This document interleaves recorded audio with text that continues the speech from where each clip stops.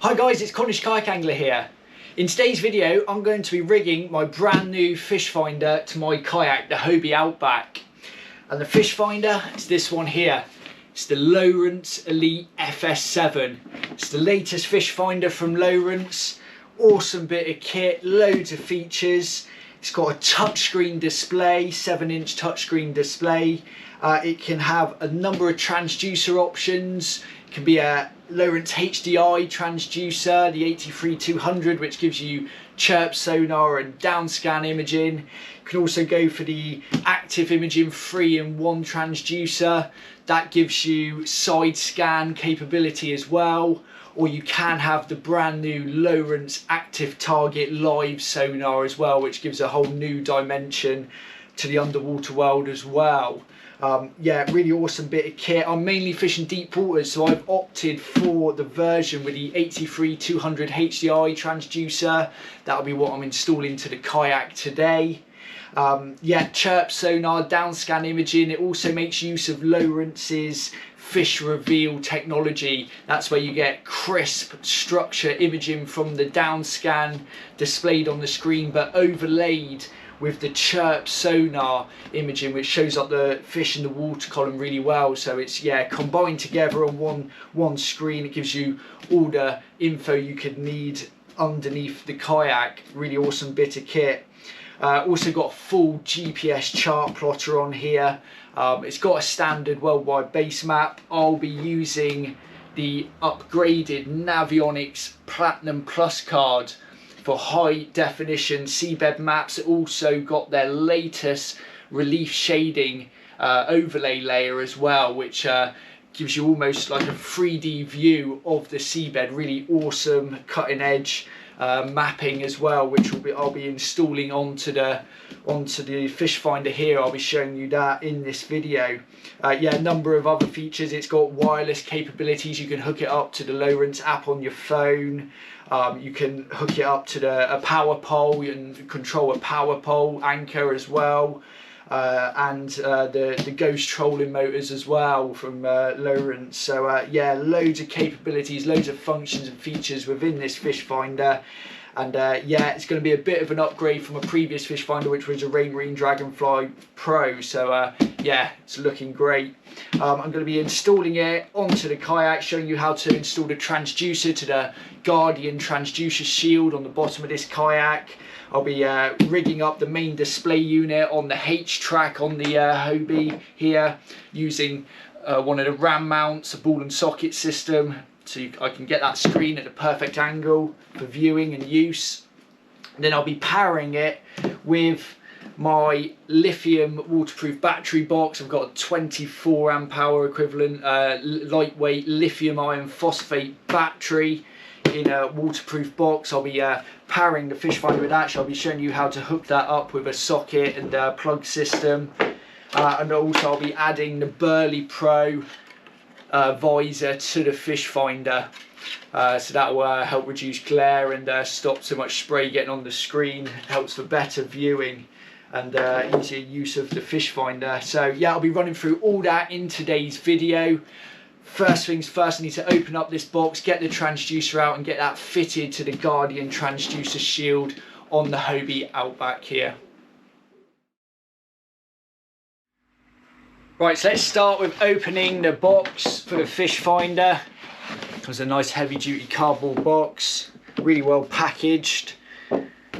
We open it up, we've got the instruction book here, user manual, main screen in there. And inside this box here, number of packets and leaflets, and in here we find the transducer. Some really nice packaging here. Lowrance moved over to using all recycled packaging, and it looks really nice. So big up for Lowrance for doing that. But yeah, inside here we've got the 83200 HDI transducer, and also there's a plastic transducer stem. So I'm going to be needing those, taking those out of the box here, popping those to one side. The rest can just stay in there for a moment. We can come back to all the other bits when it comes to rigging up the rest. So we'll pop that to one side. We come to the Hobie Guardian Transducer Shield here. So we need to start by taking this off, and it's just held on with 3 screws. Just take a screwdriver and quickly undo those bolts or the screws. Once I'm done, we can then lift and move that out of place. Just grab hold of the bolts, put them to one side so you don't go losing them. They're only small, easily get misplaced. But yeah, we can lift that away now, and it reveals the transducer shield here. A big plastic plate. There's some plastic prongs that stick up, and you use this as the point of attachment for the transducer. There's a cord attached here. It's to make the transducer shield retractable should you be fitting one of the larger side scan transducers onto the plate. So if you did have the active imaging 3-in-1 transducer, you can install it sort of outside of the plate, and it can be retracted within the hole by pulling a toggle in the footwell. There's a cord there that's just attached here for that. Just got to be careful of that as we're installing. But yeah, with the Outback, the Hobie Outback, you'll get a little packet which includes some fittings for attaching a Lowrance transducer to the Guardian Shield here. It comprises of these parts here. There's a couple of little plastic shaped pieces, and they got teeth on the inside and sort of fins on the outside. And then there's a stainless bolt with a nut and 2 shaped washers, sort of shaped almost like a C. And together they form the fitting which allows us to fit the transducer to this kayak. So I'll just pop all those bits there ready. Yeah, coming back to the transducer. Take the transducer. On top there's a groove, and you can take this stem, this plastic stem with the eyelet on top. That slides into the groove in the top of the transducer and clicks into place. And you've now got a point of attachment at the top of the transducer there, which we'll be using to attach the transducer fixing here. So what we do is take the eye of the transducer. You might be able to see it there. There's a series of teeth around that eye, and they match up with the teeth on this little plastic piece here. And you fit one either side of that eyelet. Taking the other one, it's a little fiddly, just have to pinch it together as you're fitting it. You can just see how that's on there. It's a case of running the bolt through and incorporating those C-shaped stainless washers. So I've popped one washer on there. You can see the orientation there of the C. If we just slide that through the bolt. In fact, it might be easier, depends how nimble fingered you are, to place this into the transducer holding point, attachment point, and get that to sit in place. I'm just going to set that up here now. So yeah, a little bit fiddly, but that's in there now, in place.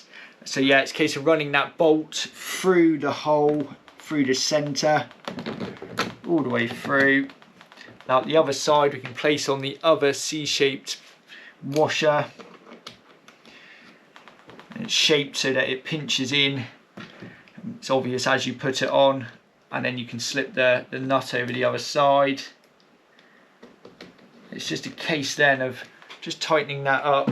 Take a spanner to one side, screwdriver to the other. Just do it up enough so that it all holds together for a moment. Won't over tighten it, because now we can slide the transducer up and down and just get it into position before we do the final tightening. And what you need to do is just make it so that the transducer sits about 3 or 4 millimeters off the surface of the Hobie Guardian Shield. And that just allows water to flow beneath the transducer, stops any grit getting caught underneath, which may affect the reading. We'll just get that just off the surface there, and then we can tighten that down once you're happy it's in a good position there. That will lock it into that position. There we go. So my transducer now, yeah, it's sitting about 3 or 4 millimeters off the surface. You probably won't be able to see it in this video, but there's some clearance between the transducer and the bottom of the plate. Now, before we go adding or screwing this section back onto the hull, we need to pass all the wiring through to the other side of the hull. Now on the Outback there's a shield on the other side which sits under the seat, held on with a bolt, so I just need to go underneath, unscrew that one to release that. Okay, so with that removed, I can now pass all the transducer cabling through to the top side of the kayak. It's a case of pulling it all through.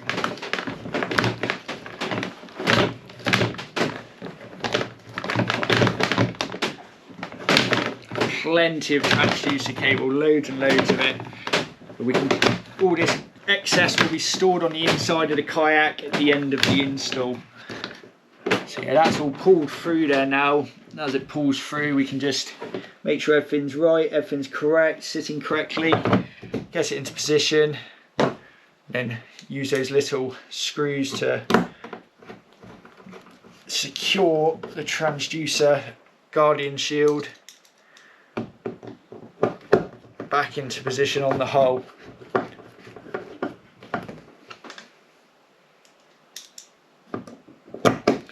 Just like so. So that's the transducer now fitted to the bottom of the Hobie Outback under the Guardian Shield.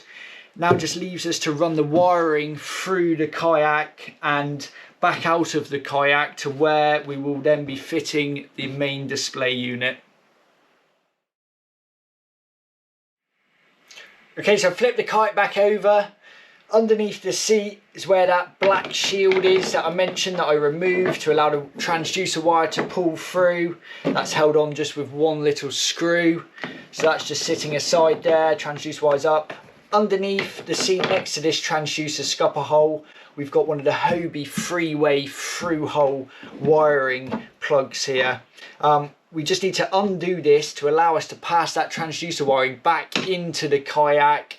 We can store all the excess in the kayak and then bring the transducer out one of the sides, whichever side we want to mount the transducer through another three-way seal.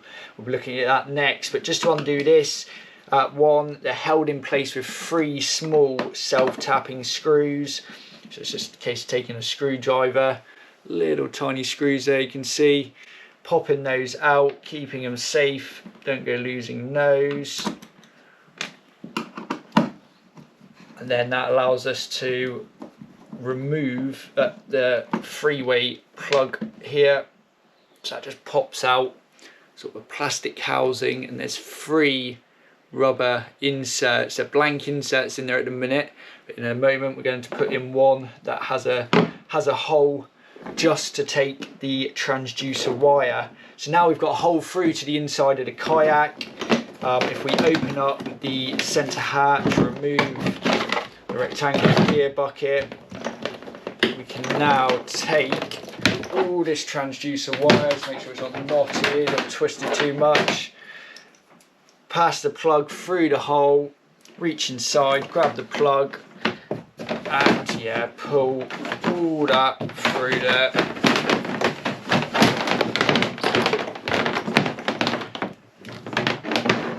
Just try to keep it from twisting too much.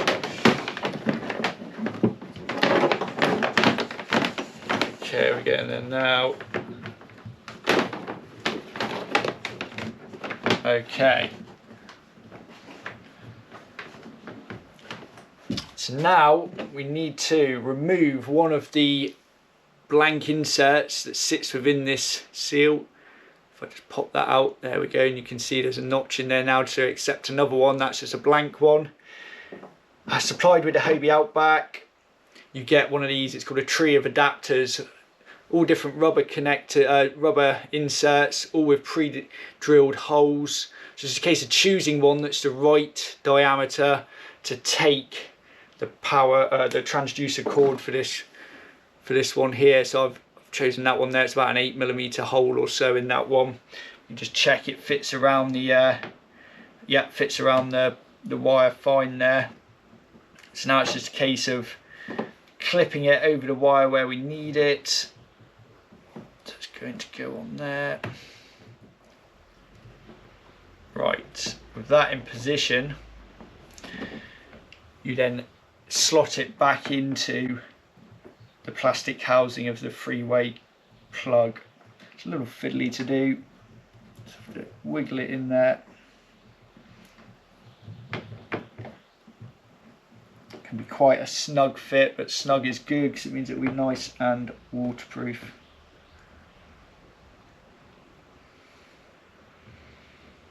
Okay, here we go. Yeah, that's just gone into position there. Give it a good push from behind, make sure it's all in position. You can seat that back over. You can push through any excess that's sticking out. Then we can take the screws and screw that back down in position once you're happy it's all seated correctly. There's a little rubber O-ring gasket that this through hole plug sits on top of, so as you tighten it down it creates a nice waterproof seal with a kayak. If you want to be extra safe, you can just put a smear of silicone or sealant or such as Sikaflex or marine goop over here just to ensure it's a good waterproof fit everywhere. As standard they're pretty good. So yeah, that's just tightened down there. Just be careful not to over tighten the screws, just gently nip those up. But now we have that fitted there, transducer wire going straight into the hull. So what we can do is just pop over the shield here, take the screw, screw that back into position. And that's nice and tidy now, nice and neat. A nice waterproof fitting for the transducer wire to pass into the hull. So the next step, I'm also going to need the power cable. So I need to dive back into the box here, grab the power cable here with the positive and negative wires. Close that back up, because on this step we're going to be passing the transducer wire and the power cable from the inside of the kayak back outside on whichever side we want to mount the fish finder. Now when I'm sat in the kayak, I like the fish finder on my right hand side, so I'll be installing the main screen here shortly, but I'm going to have to bring the wires out through the kayak to this side to meet the screen. And on both sides of the Hobie Outback, might be able to see the one here on this side, but there's also on this side there's another one of those Hobie three-way through hole wiring kits. So again, just as last time, we just need to undo the screws to remove that from the kayak. Being careful not to lose those little tiny self-tapping screws. But yeah, once that's removed, we can then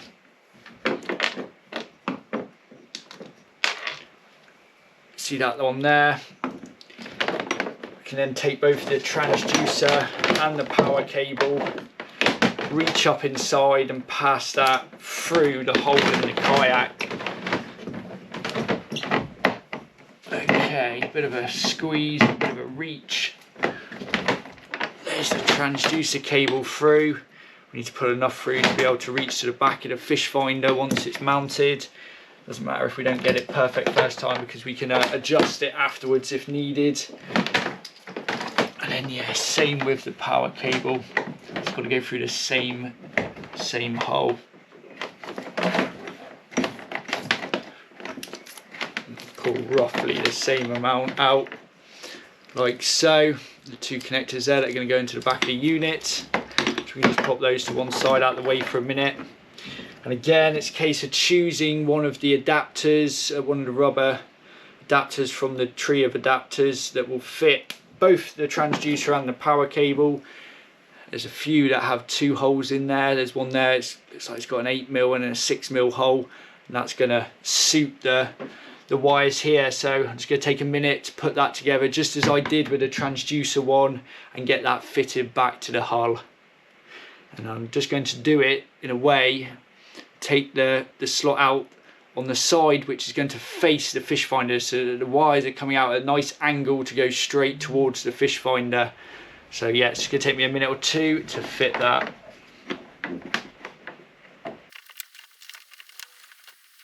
Okay, so we've got that in place. You can just see how that's fitted there. 2 wires coming out the same rubber insert.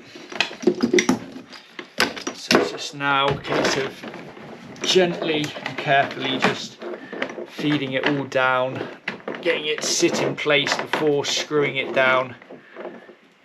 So it can just take a minute or two to get it seated right, so you're happy with it.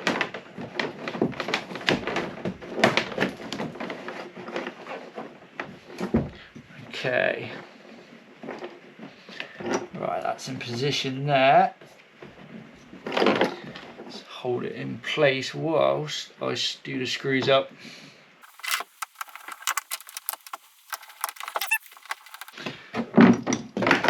There we go, a little bit more through there.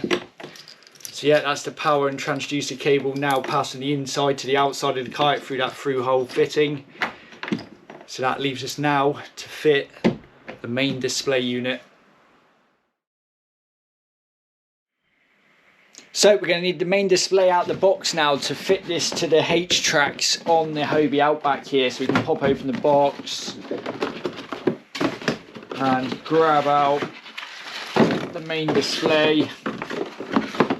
We're also going to need the mounting bracket from the box and the 2 large thumb screws that come included to attach the fish finder to the mount. So we'll just get those out and we can pop this box away for a second. Let's have a look at this screen. Comes in a little plastic packaging. It's a biodegradable package, water soluble, ocean safe, breaks down harmlessly to non-toxic soil and sea. That's a pretty cool touch from Lowrance there. Thinking of the environment there. We'll pop that bag to one side.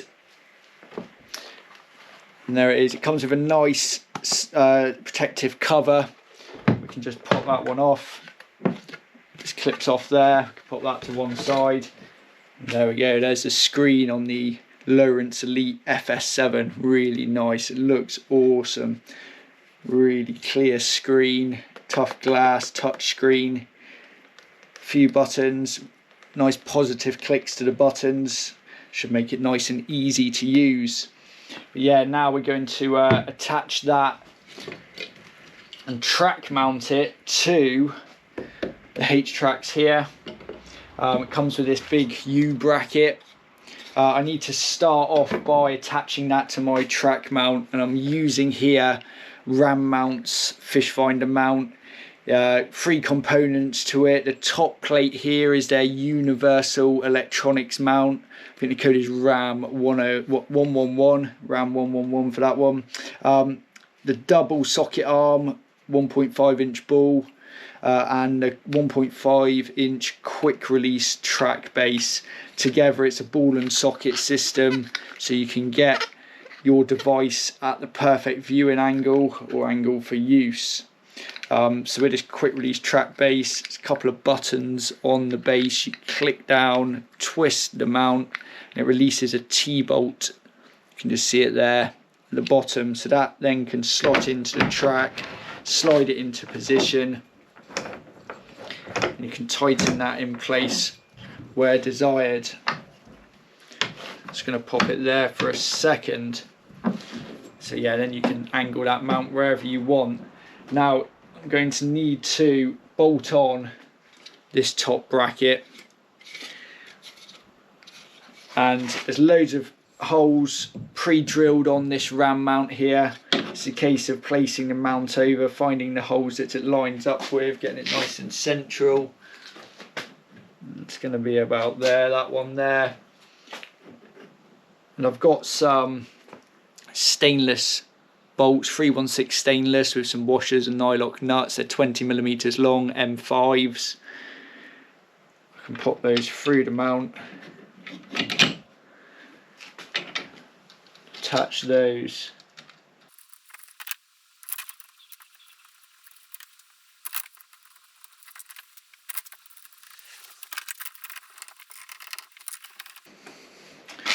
Just in the final one up here, 8mm spanner on the nut, a screwdriver just to tighten it down. That's now solid, well attached there. So that leaves us now to actually fit the screen to this mount, and you just take one of the thumb screws. There's a brass threaded insert in the side with a load of teeth around it. We just take one of these thumb screws, just screw that in a little way, one either side of the unit. There's the other one on the other side, so just pop that one in there and screw that one in a little way. Then the fish finder there's a slot in the mount ready to take that. The teeth line up, or you can line them up at whatever angle you want, and you just tighten those thumb screws in, and then that's the screen there just fitted. That could be angled at any angle as desired. So it's time to install the BerleyPro Sun Visor. Sun Visors are brilliant for fish finders. They pop over the screen. They help reduce glare from bright light so you can see what's on the screen better. They also help stop splashes, getting the fish finder wet. Great for touchscreens especially, because it stops the touchscreen getting wet. Makes it easier to use, but because it's also makes what's on the screen a bit brighter, you could turn the brightness of your screen down and help save battery life as well, so you can run your fish finder for longer. So yeah, a number of benefits. These ones, yeah, BerleyPro from Australia. Get on the website, check them out. They do a whole range of sun visors for all the popular fish finders, and they ship worldwide as well. So yeah, brilliant bits of kit. Make sure you check those out. But yeah, to install those, I'm going to have to remove the fish finder display from the mount. So it's just a case of undoing those thumb screws, popping that out, and I'm going to completely undo those side screws there again to make it easy to install this. Now on the back of the Elite FS, you might be able to see just one there, little holes. It's 2 at the bottom and 2 at the top. And to that, they're the holes to which we're going to attach the sun visor to. Now on the front of the fish finder, at the very corners behind those holes, there's some little plastic tabs which you can just pinch out and they remove. So we just need to go through, remove the 4 of those from the fish finder. As we do that, it reveals the holes to which we can bolt on the sun visor. So you might be able to see there now, you can see straight through those holes. The sun visor is going to bolt to the back of those. Supplied with the sun visor, some little tiny M3 bolts. There's 4 of those, stainless, with washers and nylock nuts. So it's just a case of taking a bolt at a time, placing the sun visor behind the fish finder, because you're popping the bolts through the holes just like so. You can see one's passed through there. And yeah, it's a case of then popping the washer on the back and the nut and doing those up. So I'm just going to take a couple of minutes now to put that together.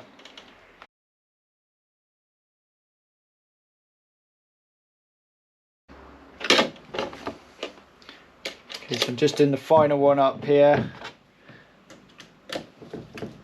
tightening that down. There we go.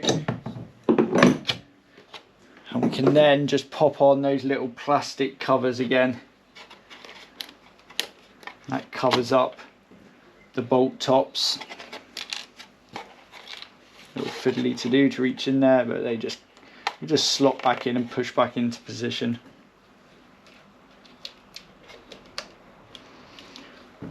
And the last one going on there. That clipped on. And there we go, that's the sun visor now fitted. Attached via the bolts at the back. Really neat little system there. So yeah, now we can just attach those thumb screws at the sides. slot that back onto the mount.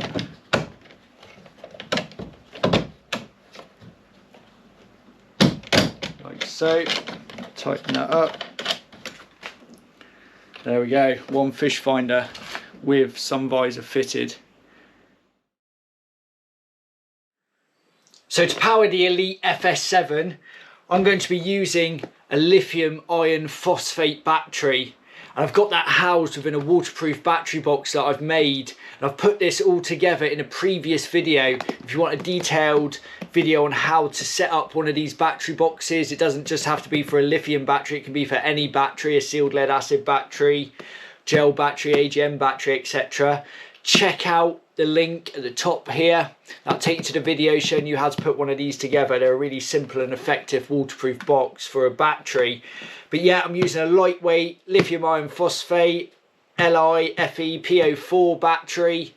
Yeah, huge weight saving as opposed to a sealed lead acid battery. This battery housed in here, it's got a charge equivalent of 24 amp hours. Now, to have a sealed lead acid battery, you'd be looking at a weight of perhaps around 7 kilos for a battery of that size. With a lithium iron phosphate battery, this whole battery box weighs 1.8 kilos. So it's a massive weight saving over an equivalent from a sealed lead acid battery. So yeah, a really nice setup. They're not the cheapest batteries, and they do have to be kept very waterproof. You know, potentially dangerous if they do get wet and the lithium gets exposed to water, but it's very unlikely to happen when it's in a decent waterproof box like this one. So yeah, great little battery setup there. So be sure to check out that link for how to put together one of these battery boxes. On the battery box, I've got here an Index Marine Bolgin 2-pin connector. There's a socket there, 2-pin. For the positive and negative wires connected from the battery to the back of that. And it's just a case now of attaching a plug to connect to that socket. And this is the Bolgin 2-pin plug. You can just see in there there's 2 pins. And we're just going to attach that now to the power cable on the fish finder. So it's just a case of opening up the center hatch. We'll take out the power lead here. It just reaches just outside. And we can dismantle this plug to access the terminals that are inside that we're going to need to connect the power lead to. Now, the cap, which covers this socket when not in use, a little screw cap, if you flip it over, it's got some notches on it. You can use it as a tool to take out, unscrew and take out the center part of this, which releases the terminals. So it's sort of a screw locking collar. I've just unscrewed that there. You can see that pop free. There's a screw collar. I'll just pop that down, and that releases the terminals there. You can see a couple of little screw terminals there that lead to the terminals that plug into the socket. And there's the main housing there. At the very back there's a adjustable nut, and you can loosen that off. There's a little rubber gland in there and a cable clamp. If I just loosen that off slightly, I can actually slide the power cable through. So I'll just pop that through there. I'll just gently tighten that just to hold it in position a second whilst I just fit these wires. So they're stripped back about 5mm each. And yeah, it's a case of just attaching them to the screw terminals on the back. Now, on the terminals, against the terminals, they're marked. One's marked L, the other one's marked N. Now, you've just got to ensure, if you're using it with one of these battery boxes, you're matching it up to the wires that went into the L and the N marked terminals on the socket there. So I know that I attached a red cable to the L terminal, so I'm just going to slot that in there now. I just got to back off the screw, slot that into the small hole, and screw that down nice and tight. That clamps that wire onto that terminal. That's one on there, and then again I know that the N terminal had the black wire, so you can slot that in, hold it in position and screw down that terminal. Now this is a waterproof plug, however it's going to be sitting in a salty, often humid environment of a kayak. It can be a little damp in the hull. What I like to do, just to decrease the risk of any corrosion, can just pop a little bit of corrosion block grease onto the terminals here. It's fantastic stuff, stops salt build-up and stops corrosion. Can be used various different applications, from battery terminals, wiring terminals, to fishing reels and other uses where you've got exposed metal to salt water. Now we're hoping we won't get any salt water to this, but it's always best to just put a dab on there just in case. So there we go, that's painted on there now. Just use a little brush to give it a light coating. Now just minimise any corrosion should a little bit of salt water or salty humid air reach the inside of that. It's then a case of just sliding it all back through, popping the terminals back into the socket housing, putting that screw collar back on, and using the cap to screw it into place. You can just take a minute to line it up and get that one screwed down, but that can be screwed down nice and tight. That won't be coming off there now. Okay, so that's fitted in position now. The red wire connected to the right terminal, so that when it plugs into the battery box, it's going to be connecting with the other red wire, and likewise with the blacks. So it's all going to work fine there once connected up. Now at the other end of the connector, there's that adjustable screw nut. We can now just tighten that right down to clamp and seal the wire into the plug. And I just like to put a dab of silicone or Sikaflex into the area where the wire meets the plug, just so it's completely sealed there. Doesn't do any harm just putting a dab around there.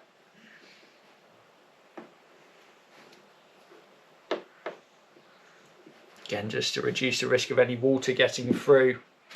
So that's the connector now attached.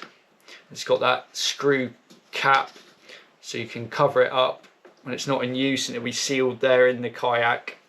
So now it just leaves us to plug everything together and make sure it's all working.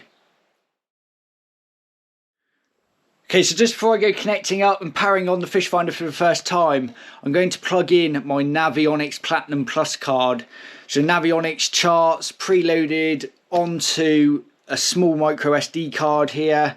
It plugs into the unit and gives you really high detailed seabed charts, and you can just take this out the packet. I've already taken this out, I've plugged it into my laptop, gone on the Navionics website and downloaded their chart installer, downloaded the freshest data from their site, and they're now installed on this card. They come preloaded anyway, but you get a year's worth of free updates, so I've updated it with the latest data.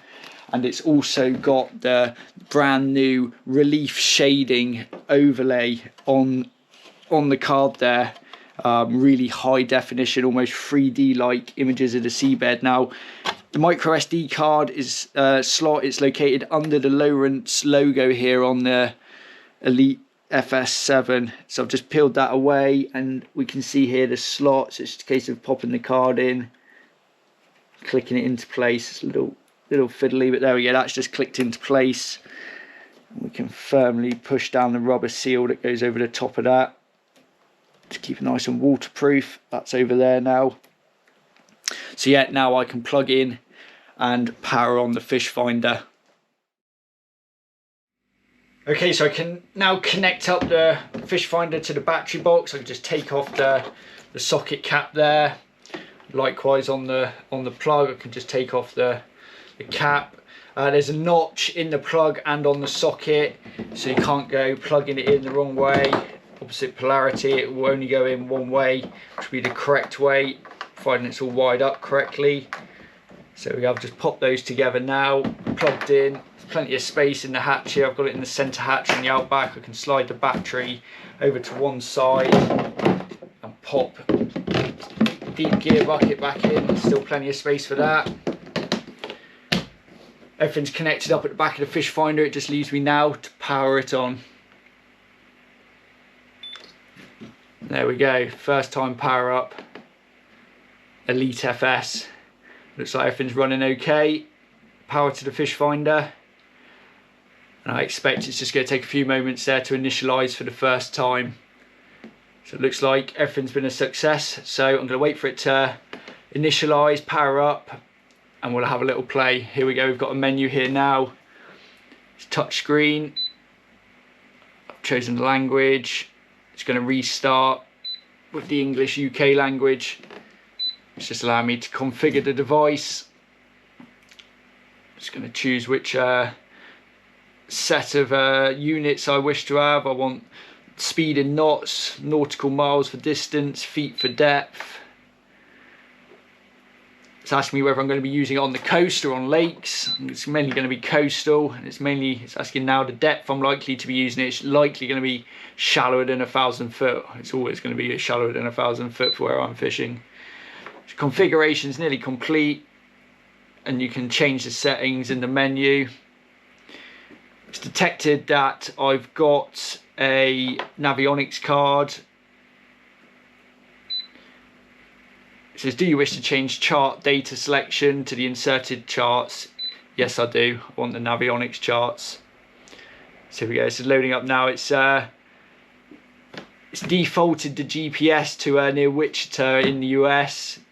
It's now just refound my location. The GPS is really quick on this. It's found me here in Cornwall, UK. I should be able to zoom in. Now have a look at these charts. Okay, so they're not set up correctly as standard. So I can now just have a little play. We can have a look at the chart options. It's giving me option for photo overlays and shading.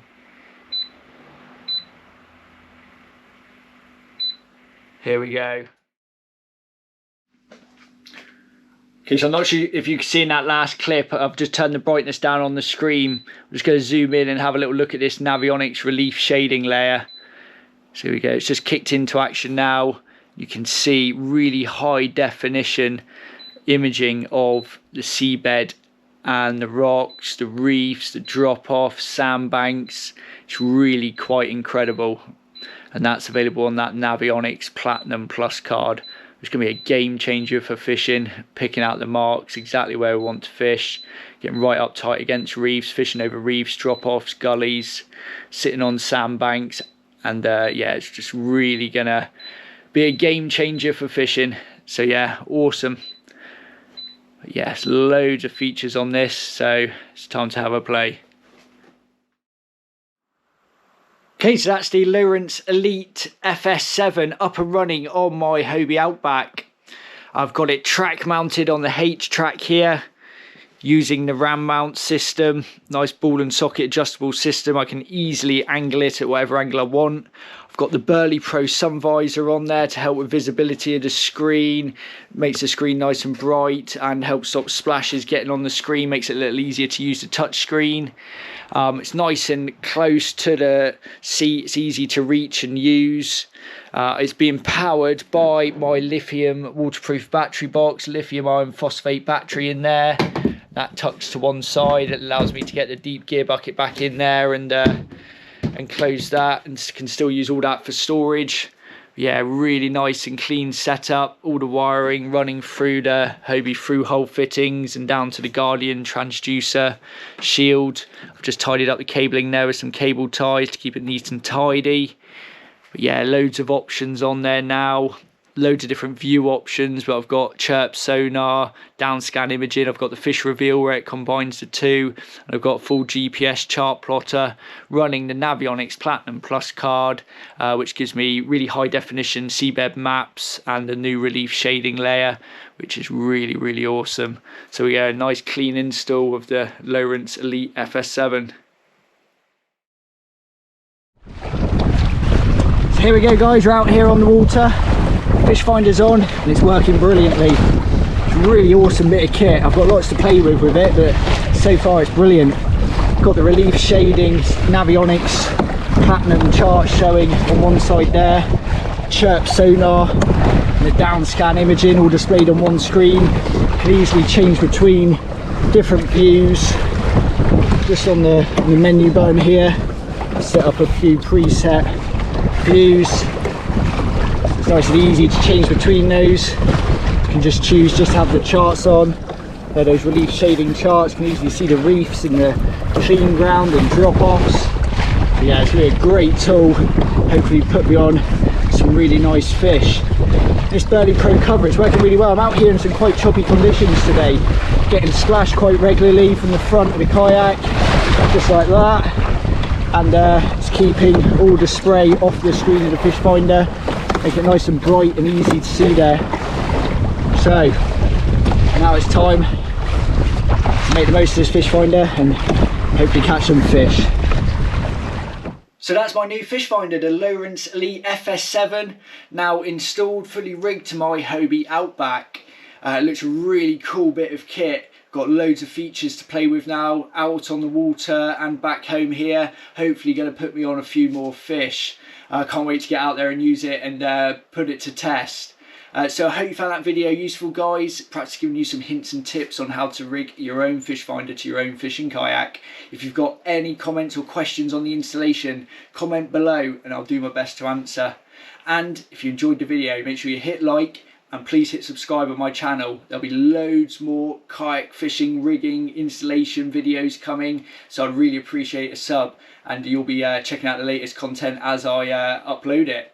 Okay, thanks for watching.